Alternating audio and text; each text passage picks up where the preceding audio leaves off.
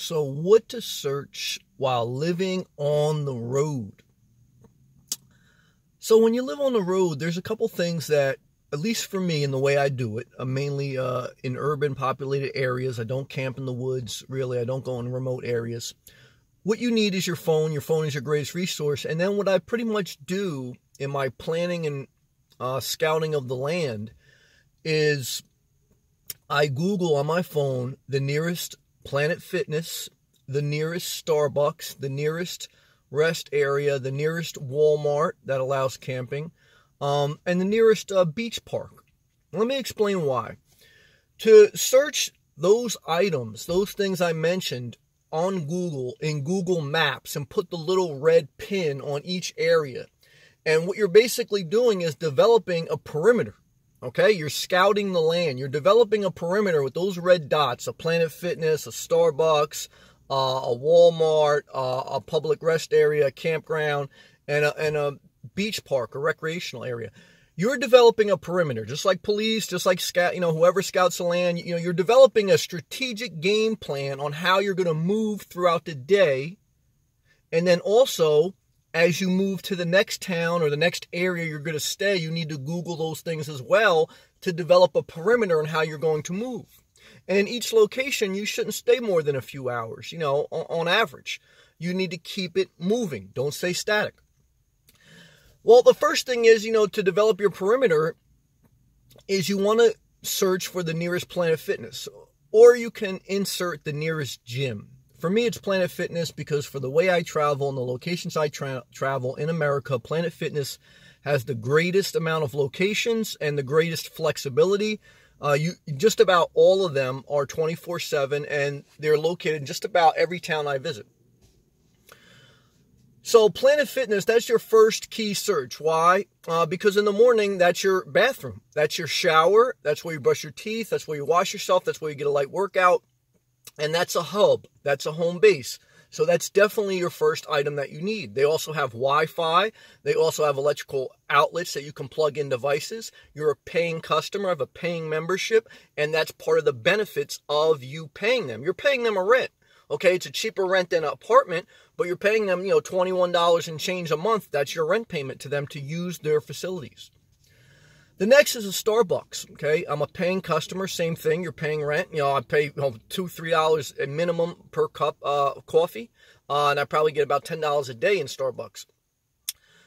So no matter how much you spend there, the bottom line is that's your living room. That's your office, okay? You have free Wi-Fi. You have the ability to go and do work. Certainly you can do personal things as well, looking online, doing whatever, using it as a rec room or a relax room. But you're a paying customer, and that's a service for you to use. And that should be part of your perimeter in scouting the land. The next is some type of rest area, Walmart that allows overnight parking, or somewhere that's legally allowed, a campground that, some of them are free for a certain amount of nights. Some of them you have to pay. It all depends what the regulations are in that area.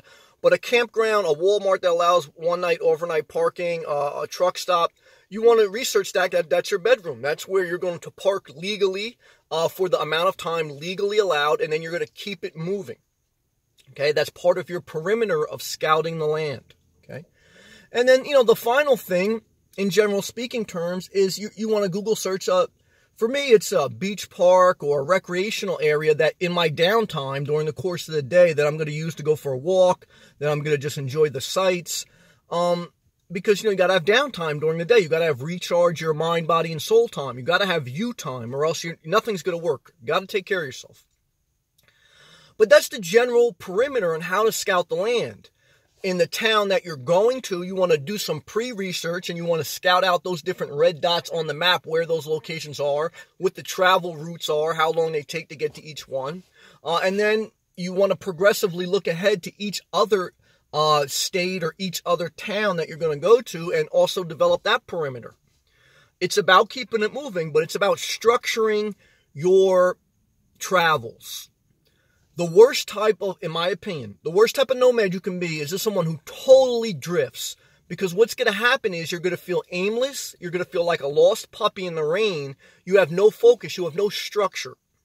Creativity is free-flowing. Many people who are nomads are creative, and it's good for the mind to be free, to be creative, to not have too much regulation on it, too much but you need a level of structure. You need a level of focus. You need a level of discipline. You need a level of, all right, we're going to go here, here, here. Without that, you're going to be a lost puppy dog. And what happens with a lost puppy dog? A lot of crying. Okay, a lot of crying. You don't want to do that, okay? So that's what I want to share with you in this video. Now, for some people, it may be different. Some people who go to remote areas camping, they may have a different perimeter in what they search and how they travel. So you can, play with that based on how you live. I'm sharing my experience. I'm sharing what you need to search in your phone. And all you have to do is say, all right, okay, Google, what is the nearest Planet Fitness to me? And it'll have your GPS location already on it, and it'll show you the nearest Planet Fitness. And then you just hit on the Google Maps directions. Okay, Google, what's the nearest Walmart to me? And you just hit directions, and it'll tell you ETA is approximately 45 minutes away. And then, you just develop that perimeter, and you think in your mind, you have a shot clock. All right, I'm going to stay here for a couple hours, then move, then stay here, then move. Constant movement, but you have a structure to the movement, so you're not just like, all right, where do I go now? All right, where do I go now? And, because it's going to get a little bit not good. Develop your perimeter.